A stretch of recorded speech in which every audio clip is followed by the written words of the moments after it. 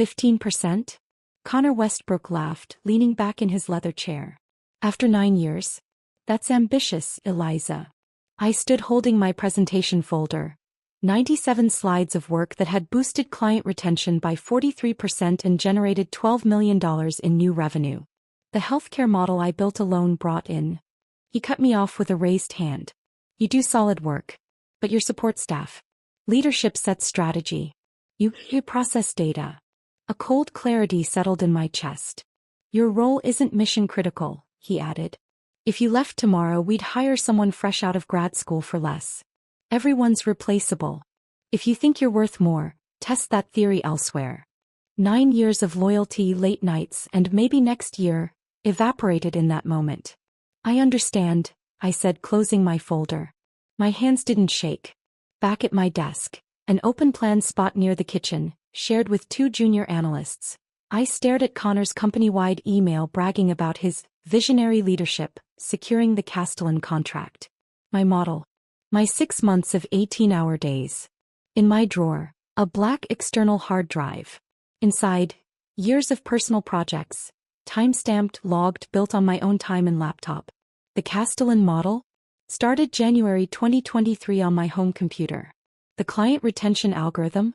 A Saturday morning experiment. My father's advice echoed, always keep receipts.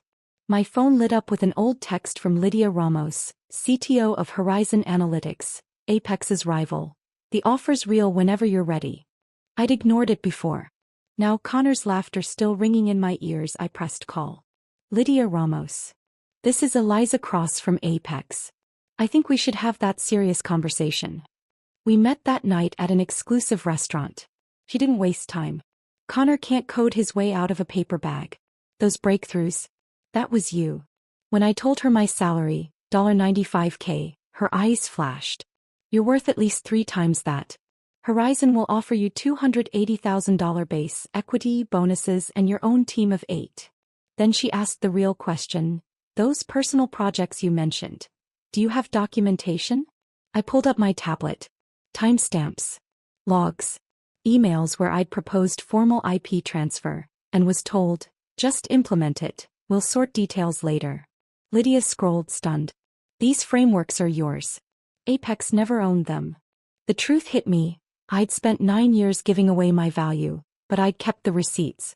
I spent the weekend verifying it. Of Apex's 32 core frameworks, I'd built 21. 17 were clearly my personal IP. Monday morning I walked into HR. I'm giving my 2 weeks notice. I've accepted a role at Horizon Analytics. Bethany froze. Our competitor? She picked up the phone. Connor will want to speak with you immediately. I sat in that conference room for 20 minutes before Connor strode in, his expression tight.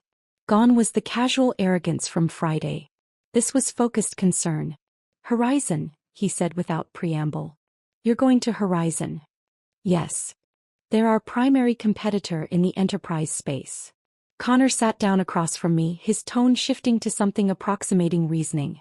This creates complications. We have Castellan implementation happening over the next 6 months. The retail analytics rollout. The systems I built, I finished quietly. Yes, I'm aware. Something flickered across his face. Recognition that perhaps he'd miscalculated. Let's talk about retention options. That raise you mentioned, 15%, I think we can make that work. Maybe even 20% given your institutional knowledge. Horizons offered me $280,000 base, director title, equity, and my own team. Connor's face went pale. They're overpaying significantly. Actually, according to 3 industry salary surveys I reviewed this weekend, it's market rate for someone with my experience and impact. Kept my voice level. What Apex was paying me was significantly below market. Everyone feels underpaid, Connor said, but his voice lacked conviction. The benefits here, the culture. The culture where I'm support staff, whose role isn't mission critical? I quoted his words from Friday back to him. That culture. He winced. I may have phrased things poorly. You said if I thought I was worth more, I should test the theory elsewhere. I did. The market validated my worth at roughly 3 times what you were paying me. Connor leaned back, reassessing. What would it take to keep you?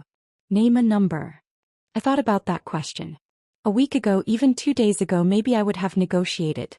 But something had shifted in me during that weekend of reviewing my work, my documentation, my systematic undervaluation. It's not about the number anymore, I said. It's about respect. You laughed at me for asking for 15%. You called me replaceable. You don't get to suddenly value me now that I'm leaving. I made a mistake. The admission seemed to physically pain him. But think about what you're doing. You'd be helping a competitor, undermining everything you built here. I built those systems, I corrected. Not Apex. Me. Using my skills, my training, my creativity. And I was very careful about how I built them. His eyes narrowed. What does that mean? It means you should have your legal team review my employment contract and the IP clauses. Then review my project documentation. I think you'll find some interesting gaps. I stood up, leaving Connor sitting there processing the implications. The next 2 weeks were strange. I completed my transition documentation, trained my replacement, a bright but overwhelmed analyst fresh from graduate school, and backed up my personal files. I also made copies of every email, every meeting note, every conversation where IP transfer was discussed and dismissed.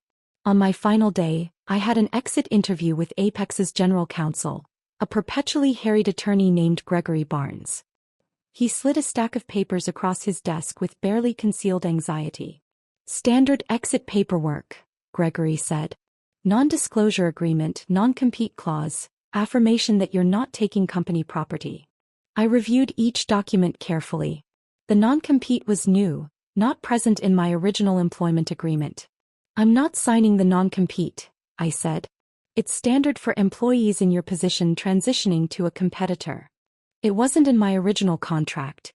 I'm not agreeing to new restrictions on my final day of employment. I met his gaze. And regarding company property, I'm not taking anything that belongs to Apex. However, I am retaining my personal intellectual property that was never formally acquired. Gregory's expression shifted. What personal property? I opened my laptop and showed him my documentation folder. These frameworks and models were developed on my personal time using my personal equipment. Apex implemented them, but never completed any IP acquisition process. I have time-stamped files, development logs, and email evidence. He scrolled through my documentation, his face growing increasingly pale. These are the core systems we use for client analytics. Yes, I confirmed. Systems I created as personal projects and graciously allowed Apex to implement. Connor said you'd just implement them and we'd handle paperwork later. Exactly. And that paperwork was never handled. I closed my laptop. I have no intention of preventing Apex from continuing to use these systems, but I do need to clarify that they're my property, not the company's. Gregory stared at me. I need to make some calls. Of course. My employment ends at 5 o'clock today regardless. I walked out of Apex's office building at 5:07 p.m. on a Friday. By Monday morning at 8, I was sitting in my new office at Horizon Analytics Group, reviewing resumes for my team with Lydia. I want to move quickly on the Castellan alternative proposal, Lydia said, pulling up market analysis. Their contract with Apex is up for renewal in 8 months. If we can demonstrate superior capabilities, we might pull the entire account. I thought about the Castellan system I'd built, the predictive models that were saving their emergency departments from overcrowding, reducing readmission rates, identifying at-risk patients before crises occurred. Could I build something better? More importantly, should I? Let me review their current pain points, I said finally. I know what Apex's system can and can't do. I can probably design something more adaptive. Over the next 6 weeks, I worked 12-hour days rebuilding everything I'd created at Apex, but better. I had resources now. A full team, proper computing infrastructure, time to develop instead of constantly firefighting.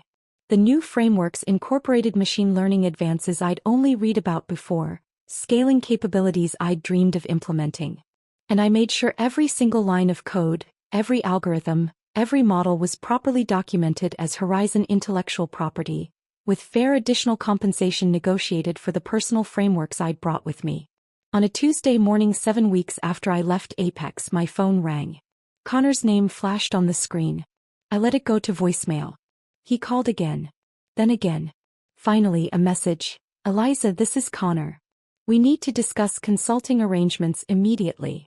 Apex is prepared to offer substantial compensation for transition assistance. Please call me back. I saved the message but didn't respond. 3 days later, Lydia called me into her office with barely contained excitement. Castellan just contacted us. They want to see a demo of our capabilities. Apparently, they're exploring options for when their current contract ends. We spent 2 weeks preparing the presentation. When we walked into Castellan's conference room, I recognized their CIO, Amanda Fletcher, from video calls I'd done while at Apex. If she recognized me, she didn't show it. Lydia led the presentation, but I handled the technical demonstration. I showed them predictive models that were 30% faster than Apex's system with 20% better accuracy. I demonstrated scaling capabilities that could handle their projected growth for the next 5 years. I walked them through implementation timelines that were half what they'd experienced with Apex. Amanda stopped me midway through. This is remarkably similar to the Apex framework but more sophisticated. How is that possible? I glanced at Lydia, who nodded permission to answer. I developed the original Apex framework, I said simply. This is what it looks like when you have proper resources and no artificial limitations. Amanda's eyebrows rose. You built the Apex system? Yes. And I've significantly improved it here at Horizon. After we left the meeting, Lydia was practically glowing. That went better than I hoped. Amanda was impressed. 2 weeks later, Connor was standing in Horizon's lobby asking to see me. Security called up to verify before letting him through, giving me time to prepare. I met him in a conference room, not my office. Neutral territory. You're destroying everything, Connor said without preamble. He looked exhausted, like he hadn't slept properly in days. Castellan is pulling their contract. They're going with Horizon. Our stock dropped 18% on the news. I haven't destroyed anything, I replied calmly. I simply stopped building things for Apex and started building them for Horizon. That's what you suggested I do. Don't play semantic games. You know exactly what this means. We have 400 employees whose jobs depend on client relationships you're undermining. The words hit harder than I expected. 400 people.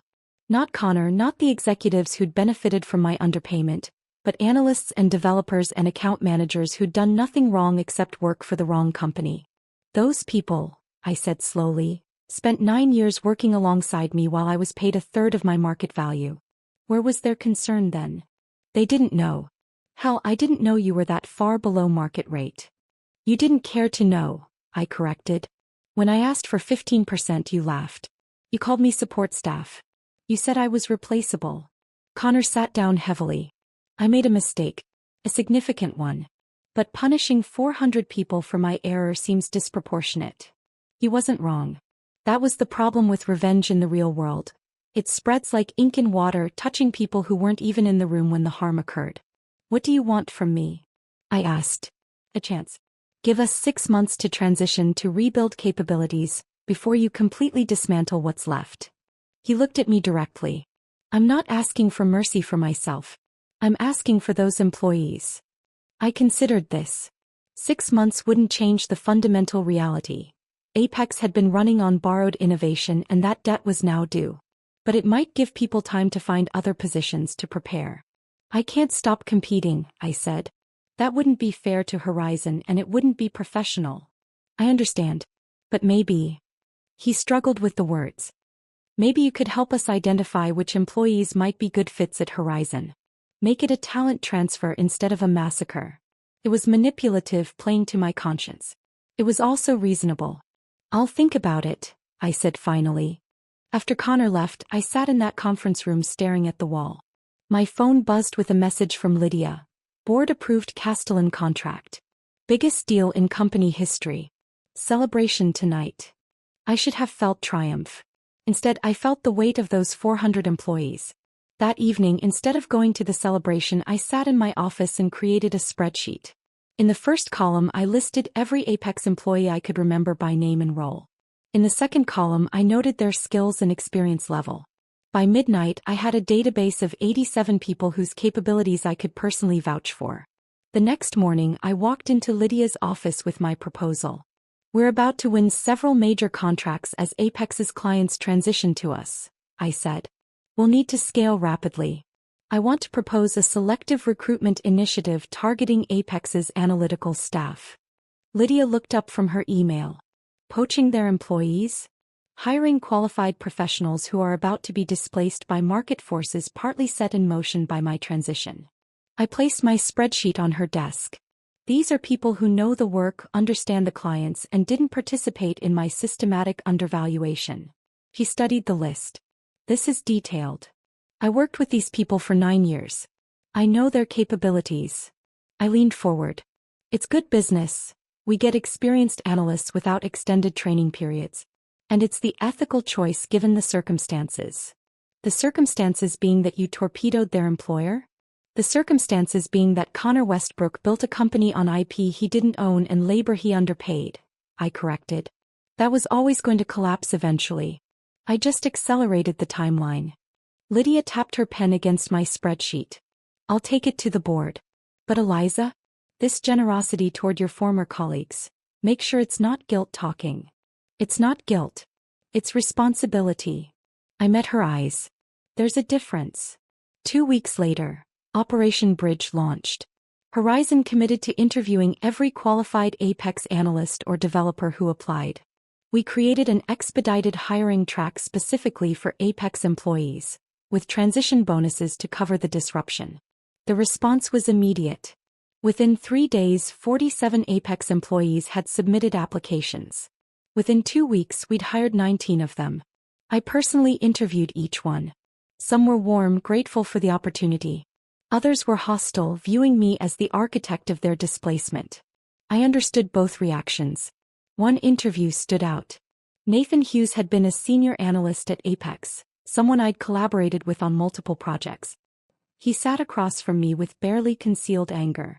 "You destroyed our company," he said bluntly. "I claimed what was rightfully mine," I replied. "There's a difference. Philosophical distinctions don't help people whose mortgages are suddenly at risk." He wasn't wrong. "Is that why you're here? Because you need a job?" "I'm here because you owe us this much at least." Nathan leaned forward. "You worked with us for 9 years. We supported your projects, covered for you when you needed time, collaborated on your systems. Then you pulled the rug out from under all of us. I was paid 1/3 of my market value for those 9 years, I said quietly. No one covered for me when I worked weekends. No one collaborated on systems that bore Connor's name in client presentations. I didn't pull any rug. I simply stopped being the rug." Nathan stared at me for a long moment. "Fair enough," he said finally. "But you're still responsible for what happens next." "I know." I pulled up his resume on my screen. "Which is why I'm going to recommend you for a senior analyst position here, with a 40% increase over your Apex salary." His expression flickered. Surprise, suspicion, cautious hope. "Why?" "Because you're good at what you do. Because you didn't participate in my underpayment. You were just trying to do your job. And because if I'm responsible for what happens next, I'd rather it be something constructive." Over the following months, Horizon grew rapidly. We hired 37 former Apex employees in total. Our analytical capabilities expanded dramatically. Client wins accelerated. Not just Castellan, but 3 other major accounts that had been considering moves from Apex anyway. Meanwhile, Apex struggled. Their stock continued falling. Connor resigned under pressure from the board, replaced by an interim CEO tasked with stabilizing operations. News articles analyzed their catastrophic loss of technical capability without understanding the underlying cause. 6 months after I left Apex, I received an unexpected email from their new CEO, a woman named Catherine Ellis. She requested a meeting. No threats, no demands, just a straightforward request to talk. We met at a coffee shop halfway between our offices. Catherine was direct. "I've reviewed what happened with your departure. Connor's handling of your compensation request was inexcusable. His failure to properly acquire your intellectual property was negligent. I'm not here to excuse any of that." "Then why are you here?" "Because Apex is failing and 112 people are about to lose their jobs in our next round of cuts." Catherine stirred her coffee. "I want to propose something unusual." I waited. Horizon is outcompeting us in every measurable way. Within a year, Apex will likely file for bankruptcy. When that happens, our remaining staff will flood the job market simultaneously, making it harder for any of them to find positions. She looked at me directly. But if Horizon acquired Apex's analytical division now as a going concern, you could absorb the staff gradually, preserve client relationships that aren't direct competitors, and avoid the publicity of a bankruptcy. You want us to buy Apex's analytics division? I want you to preserve what you can of what you helped build, even as you dismantle what Connor broke. Catherine slid a folder across the table. This is our division's financials, client list, and employee roster. Take it to your leadership. See if there's a deal that makes sense. I carried that folder back to Horizon like it was explosive, which in a sense it was. The idea of acquiring pieces of the company that had undervalued me was both satisfying and uncomfortable. Lydia's response was immediate interest. Their client relationships in sectors we don't serve well would complement our portfolio. And bulk hiring their staff solves our scaling challenges. She looked at me. But this is emotionally complicated for you. Are you comfortable with this? Was I comfortable with essentially absorbing the company that had dismissed me, with gaining institutional control over people who'd been my peers? I think so, I said slowly. If we do it right, fair valuations, no vindictiveness, genuine integration instead of conquest. That's the only way I'd do it anyway, Lydia assured me. The acquisition took 3 months to finalize. Horizon purchased Apex's analytical division for $8 million, absorbing 73 employees, 17 client contracts, and infrastructure. The remaining pieces of Apex were sold off separately to other firms. Connor Westbrook sent me a single email the day the acquisition was announced. You won. Completely. I hope it was worth it. I stared at that message for a long time before responding. It was never about winning. It was about being valued. I don't know if he read it. He never replied. A year after I walked out of Connor's office with my presentation folder, I stood at a podium accepting the Pacific Northwest Technology Leadership Award. The audience included former Apex employees now wearing Horizon badges, clients who'd made the transition with us, and competitors who were studying what we'd built. Innovation isn't just algorithms, I said into the microphone. It's culture. It's recognizing that your people are your actual product, not just resources to extract value from. Companies that understand this will always outperform those that don't, because talent is genuinely irreplaceable despite what some executives believe. After the ceremony, a young woman approached me nervously. She reminded me of myself a decade ago. Uncertain, eager, brilliant, but not yet confident in her brilliance. Miss Cross? I'm Deanna. I just started in analytics at Horizon. She clutched her portfolio. How did you know when to stand up for yourself? I'm just starting out and I don't want to wait 9 years to be valued. I considered her question carefully, thinking about that younger version of myself who'd accepted undervaluation as normal. I waited too long, I told her honestly. Don't make that mistake. But also don't confuse assertiveness with aggression. Know your worth, document your contributions, and find employers who want to invest in your growth, not just exploit your productivity. But won't that seem ungrateful? Like I'm not a team player. Those are words people use when they want to pay you less than you're worth, I said. Real team players compensate fairly and recognize contributions. Don't let anyone convince you that advocating for yourself is disloyal. Deanna thanked me and left, but her questions lingered. Would she believe me? Would she value herself earlier than I had? Or would she also need to learn through painful experience that waiting for recognition is often waiting forever? That evening, I received an unexpected visitor at Horizon. Gregory Barnes, Apex's former general counsel, stood in our lobby looking uncomfortable. I don't work for Apex anymore, he said when I met him in the conference room. Haven't for 6 months. But I wanted to tell you something. I waited. After you raised those questions about IP ownership during your exit interview, I went to Connor immediately. I showed him the documentation gaps, explained that you had legitimate claims to intellectual property that Apex was using. Gregory looked at his hands. He knew. He'd always known. You'd actually emailed him years ago proposing formal acquisition terms for your personal projects. He told you to just implement them and he'd handle details later. Those details were never handled. My breath caught. He knew the entire time? When you left and started implementing similar systems at Horizon, Connor came to legal demanding we sue you for IP theft. I told him we had no case, showed him his own emails. He ordered me to file anyway. Gregory met my eyes. That's when I knew Apex deserved what happened. When he was willing to weaponize the legal system despite knowing he was wrong. Why are you telling me this? Because I want you to understand something. What happened to Apex wasn't just about you taking your property elsewhere. It was about systematic arrogance. Connor didn't just undervalue you, he did it to everyone. Legal, operations, client services. He built a company that could only function if everyone accepted being undervalued. The moment one person stopped accepting it, the whole structure collapsed. Gregory stood to leave. You didn't destroy Apex. You just revealed that it was never sustainable in the first place.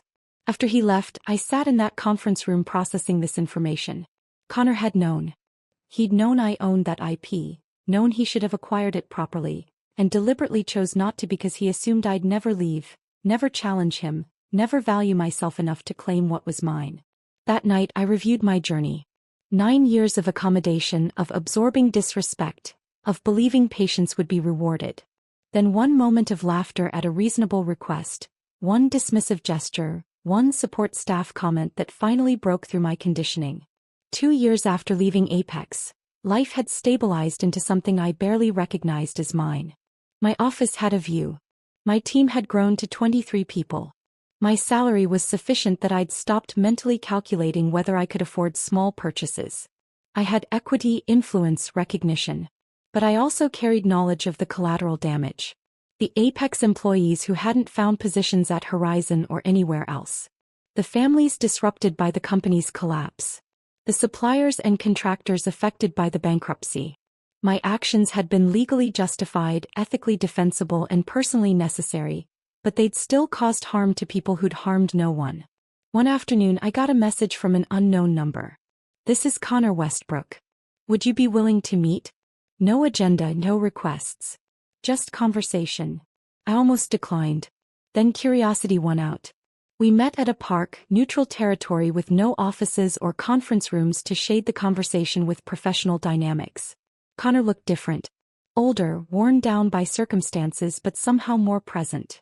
Less of the polished executive veneer, more of an actual human being sitting across from me on a park bench. "I've spent 2 years thinking about that meeting," he said without preamble. "When you asked for 15% and I laughed. I replay it constantly." "Why?" I asked. "Because I genuinely didn't see you." "Not really." Connor stared at the trees.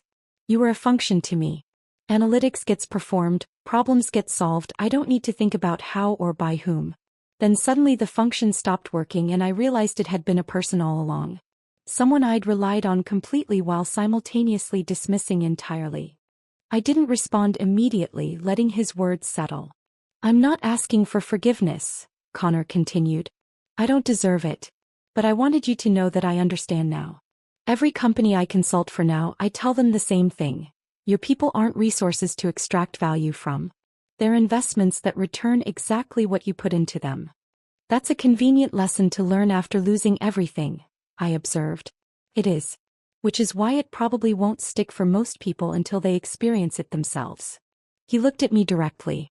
"But you should know that your departure didn't just change Apex. It changed the entire sector. 5 companies have restructured their analytics compensation in the past year. Industry conferences have entire panels about retaining technical talent. You proved something important." "What's that?" "That the people doing the actual work have more power than they realize. They just have to be willing to use it." We sat in silence for a moment, watching people walk past with dogs and children. "What are you doing now?" I asked. "Consulting, mostly for companies in crisis who need turnaround help. It's humbling work, which is probably good for me." Connor smiled wryly. "I'm not rebuilding an empire. I'm helping people avoid the mistakes I made." "That's worthwhile," I said and meant it. "Is it enough? To balance what I cost people?" His voice held genuine uncertainty. "I don't know. Maybe worth isn't something that balances. Maybe it's just something you try to create going forward." Connor nodded slowly, accepting this non-answer. We talked for another 30 minutes about industry changes, about former Apex employees we both knew, about the strange nature of success built on someone else's failure. Then we parted ways, unlikely to meet again, but somehow both lighter for the conversation. Walking back to my car, I thought about accountability and growth, about how people change when consequences finally arrive. Connor had learned, but he'd learned expensively, paid for by other people's livelihoods. Was that justice? Was it just inevitable? I didn't have answers. I just had my life now, built on foundations I'd finally claimed as my own. At Horizon's next quarterly meeting, I presented our growth metrics. Client retention at 94%. Revenue up 63% year-over-year. Employee satisfaction scores in the 90th percentile. 26 of our analysts had been promoted in the past year, including 8 former Apex employees. The key differentiator, I told the board, isn't our algorithms or our infrastructure. It's that we value people accurately. We compensate fairly. We recognize contributions. It turns out that when you treat talented people as genuinely irreplaceable, they perform like they are. Lydia caught my eye and smiled. She'd been right 2 years ago. I was worth far more than Apex had paid me. But more importantly, I'd finally learned to agree with that assessment myself. After the meeting, I returned to my office and found an email from Deanna, the young analyst I'd spoken to at the awards ceremony. She'd just negotiated a significant raise after documenting her contributions to 3 major projects. I thought about what you said, her email read. About not waiting 9 years. Thank you for showing me it was possible. I stared at that message for a long time. This was the real impact of what I'd done.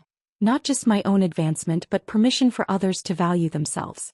Proof that standing up to unfair treatment was possible and sometimes necessary. 3 years after that meeting in Connor's office, I stood in front of a university auditorium giving a guest lecture on analytics and leadership. At the end, during questions, a student asked, "Do you regret how things happened with Apex? The people who lost jobs, the company collapse." The question still didn't have a simple answer. "I regret that other people suffered consequences for decisions they didn't make," I said carefully. "I regret that standing up for my worth had collateral damage. But I don't regret claiming what was mine, and I don't regret refusing to accept undervaluation as permanent." Another student raised her hand. "But couldn't you have just negotiated more? Did you have to compete so directly?" I tried negotiating for 9 years. Every annual review, every project completion, every major win. I brought data, documented impact, made reasonable requests. It never worked because the person making decisions didn't value the work. I paused, choosing words carefully. Sometimes the problem isn't your negotiation strategy. Sometimes the problem is that you're trying to negotiate with someone who's fundamentally not interested in fair terms. When you realize that, leaving isn't revenge. It's just logical. The students nodded, some taking notes, some looking uncomfortable with the messiness of real-world ethics. After the lecture, a professor approached me. "That was honest," she said. "Students need to hear that success isn't always clean, that doing the right thing for yourself sometimes costs others." "I'm not sure I did the right thing," I admitted. "I did the necessary thing for me. Whether it was right is more complicated." "Maybe that's the real lesson," the professor suggested. "That right and necessary don't always align, but we have to make choices anyway." I drove back to Horizon thinking about choices and consequences, about how my decision had rippled outward in ways I couldn't have predicted. Some of those ripples were positive: better industry practices, empowered employees, fairer compensation structures. Others were painful: lost jobs, financial stress, families disrupted. Could I have done it differently? Probably. Should I have? I still didn't know. What I did know was that I couldn't have continued accepting what Apex offered.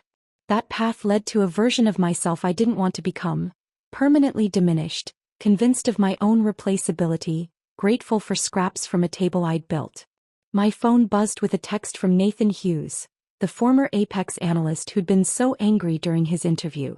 He'd thrived at Horizon, recently promoted to lead analyst on our healthcare portfolio. His message was brief. "Just got offered a position at Zenith Tech for 30% more than I make here. Using it to negotiate a counteroffer like you taught me. Feels good to know my worth." I smiled. This was the other ripple effect. People learning that their value wasn't determined by what one employer decided to pay them. That they could advocate for themselves without apologizing for it. I replied, "Proud of you. Let me know if you need advice on the negotiation." 4 years after leaving Apex, Horizon went public. As a director with significant equity, my net worth increased substantially overnight. Financial security I'd never imagined became reality. My parents, who'd both worked modest jobs their entire lives, couldn't quite process the numbers when I told them.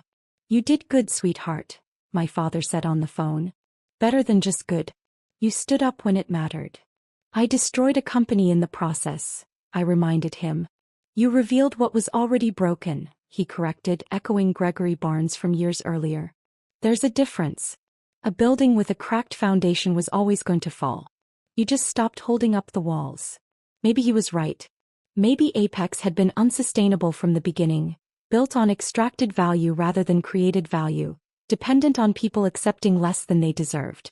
Maybe my departure had simply accelerated an inevitable collapse. Or maybe that was just a story I told myself to sleep better at night. The truth probably lived somewhere in between. Connor's arrogance had created vulnerabilities, my departure had exploited those vulnerabilities, and the result was predictable even if the magnitude wasn't. Multiple causes, multiple effects, moral complexity rather than simple heroes and villains. At Horizon's 5-year company celebration, I gave a toast to our team. Looking around the room, I saw former Apex employees working alongside Horizon Originals, saw the culture we'd built together, saw the success that came from actually valuing people. 5 years ago, I said to the gathered crowd, I learned an important lesson. Your value isn't determined by the person who refuses to see it. It's inherent in the work you do, the expertise you bring, the problems you solve. Companies that recognize this thrive.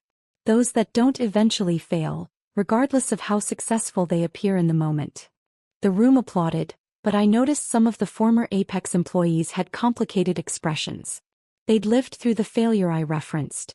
They understood the cost in ways others didn't. After the party, I found Nathan standing alone on the balcony. "Thinking about Apex?" I asked, joining him. "Sometimes," he admitted. "Wondering what would have happened if you'd stayed. If Connor had just given you that raise." "Nothing would have changed," I said with certainty. Because the raise wasn't the real issue. The disrespect was. Even if he'd paid me more, the fundamental disregard would have remained. Eventually, something else would have triggered this. "Maybe," Nathan said. "Or maybe you'd have stayed another 9 years and we'd all still be there, underpaid but comfortable. Is that better?" He considered this. "It's different. Less disruptive. But also less honest about what we were all worth." We stood in silence, watching the city lights, two people shaped by the same corporate collapse in different ways. "Do you ever wonder," Nathan asked, "if there was a version of this where everyone won? Where you got what you deserved without Apex collapsing?" "All the time," I admitted. "But I don't think that version existed. Not with Connor's leadership. He'd built a system that required people like me to accept undervaluation. The moment I stopped accepting it, the system broke. There was no middle ground." Nathan nodded slowly. "That's what I've concluded too. Doesn't make it easier, but it makes sense." 6 years after leaving Apex, I received an invitation to speak at a Women in Technology conference. The topic: Navigating Career Transitions and Knowing Your Worth. I almost declined. My story was messy, full of casualties, not exactly inspirational in the traditional sense. But then I thought about all the people like my younger self sitting in offices right now, accepting less than they deserved, convinced that patience would eventually be rewarded. They needed to hear the complicated truth, not just the sanitized success story. I accepted the invitation. Standing on that stage, looking at hundreds of women in tech, I told the whole story. The 9 years of undervaluation, the laughed-at raise request, the documented IP, the competitive move, the company collapse, the collateral damage, the moral complexity of it all. "I'm not going to tell you this was easy or that I have no regrets," I said.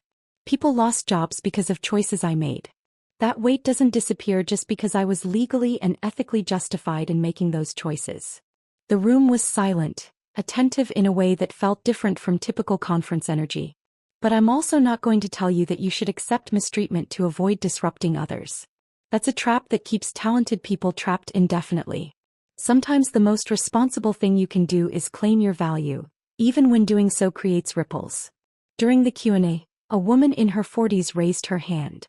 I'm in my 15th year at a company that consistently underpays me. But I have a team depending on me, projects that would fail without my involvement. How do I balance my worth against my responsibility to them?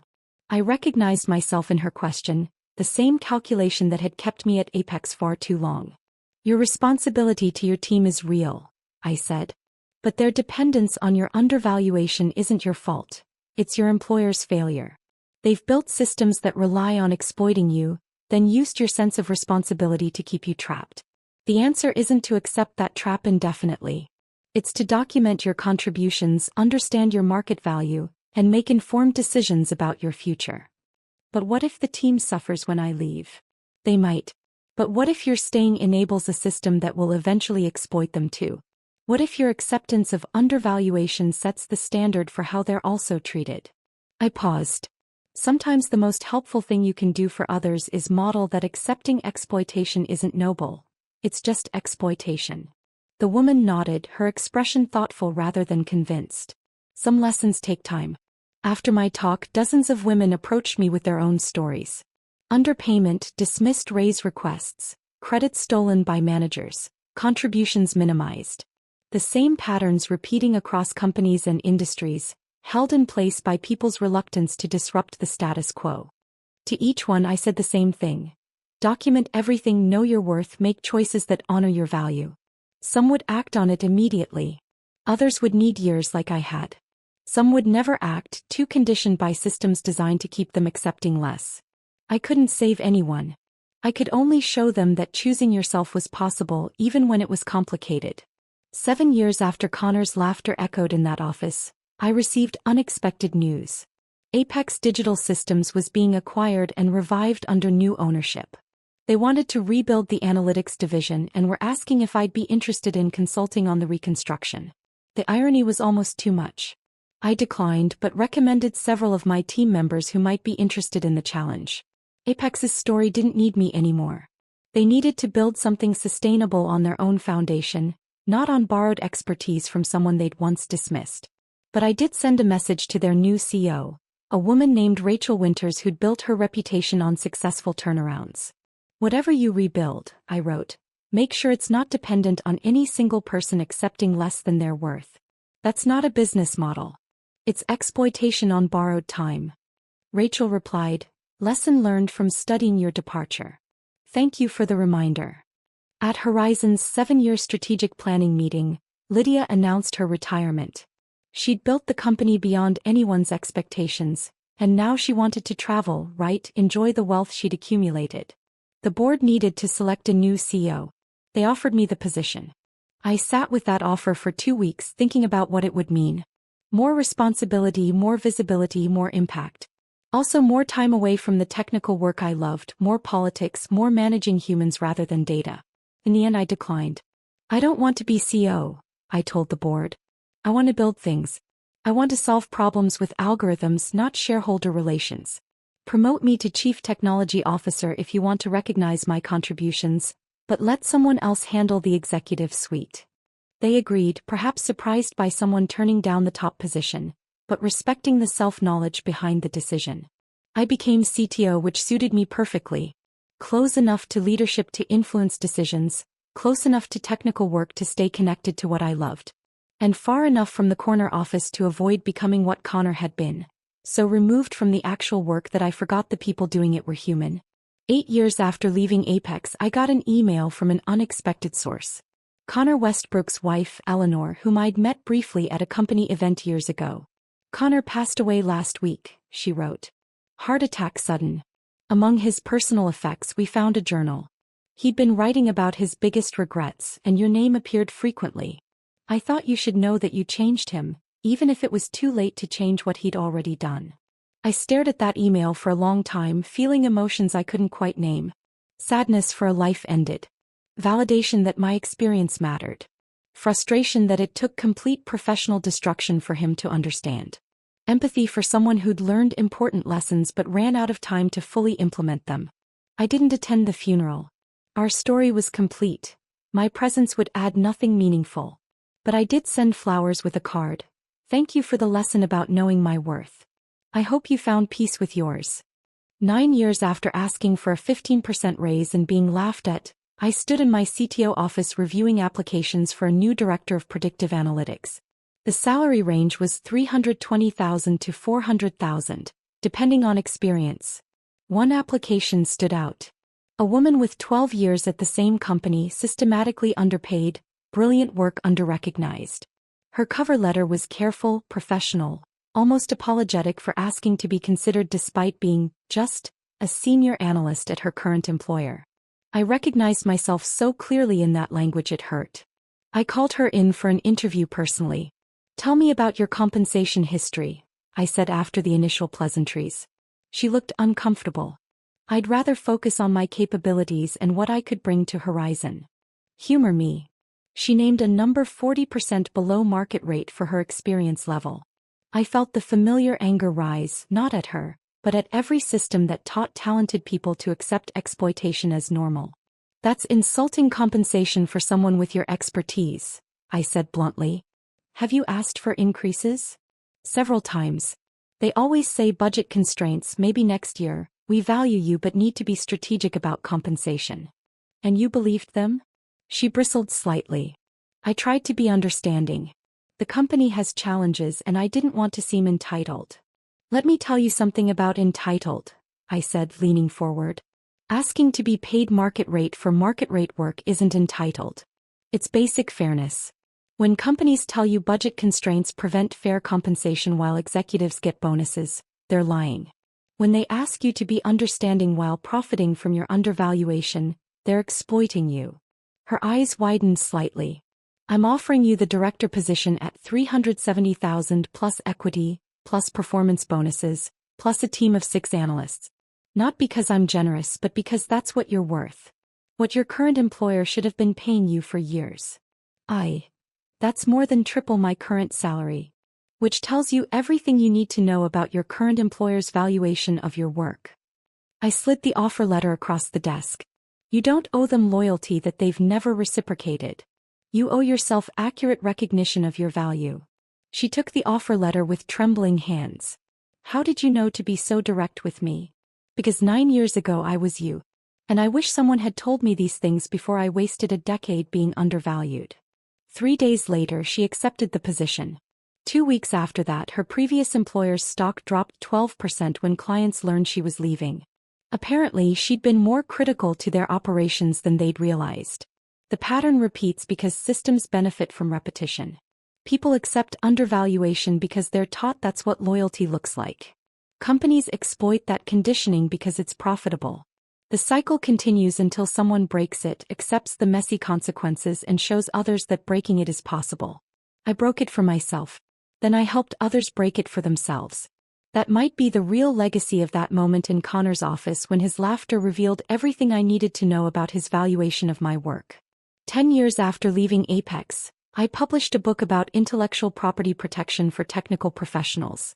It included detailed guidance on documentation, employment contracts, and personal project management. The book became required reading in several computer science programs.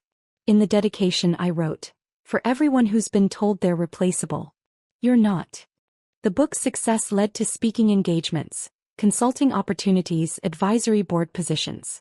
But the most meaningful feedback came from readers who said the same thing in different ways. This helped me see my value, or, I used your documentation methods to protect my work, or, I negotiated my worth because of your story. Each message was evidence that my messy, complicated journey had created something beyond my own success. It had contributed to a small shift in how people thought about their value in professional contexts. Not everyone can leave bad situations. Not everyone has portable skills or documented IP or competing offers. But everyone can start seeing themselves as valuable, as worth fair compensation, as deserving basic professional respect. That shift in self-perception is often the first step toward changes in circumstance. As I approach the 11-year anniversary of leaving Apex, I think about what I'd tell my younger self standing in Connor's office with that presentation folder. Would I tell her to leave sooner? To fight harder for recognition within the existing structure? To accept the status quo and be grateful for steady employment? No. I'd tell her this. Your value is real even when others refuse to acknowledge it. Leaving isn't failure. Sometimes it's the only rational response to systematic disrespect. The aftermath will be complicated, messy, full of moral ambiguity. You'll question your choices. You'll carry weight from collateral consequences. But you'll also discover what you're actually worth when not artificially constrained by someone else's limited vision. And most importantly, you are not replaceable. Your specific combination of expertise, creativity, and dedication is unique. Anyone who tells you otherwise is either lying or hasn't bothered to understand what you actually do. Connor's laughter that day was the worst thing that ever happened to me. It shattered the illusion I'd built about loyalty being reciprocal, about patience being rewarded, about good work speaking for itself. That shattering hurt, but it freed me to finally claim what I'd built, to value what I'd created, to demand appropriate recognition. Was it worth the cost? The employees who lost jobs, the company that collapsed, the market disruption, the moral complexity I'll carry forever? I still don't have a simple answer. But I have my life now. Successful, recognized, fairly compensated, able to help others avoid the trap I fell into. That has to count for something. If you're watching this and sitting in a cubicle right now, underpaid and undervalued, let me tell you what I wish someone had told me. Document everything you create. Know your market value. Recognize exploitation even when it's dressed up as company culture. And understand that the most dangerous professional belief is that patience will eventually be rewarded by people who profit from your patience. Sometimes the most radical thing you can do is simply refuse to be undervalued anymore. Hit that like button if this story resonated with you. Subscribe for more content about finding your voice in professional spaces designed to keep you quiet. And leave a comment telling me about your own experiences with recognition, compensation, and discovering your worth. Because the conversation doesn't end with my story. It continues with yours, and every person who decides that being replaceable is a lie told by people who desperately need you to believe it. Thank you for watching. And remember, no one determines your value but you. The end.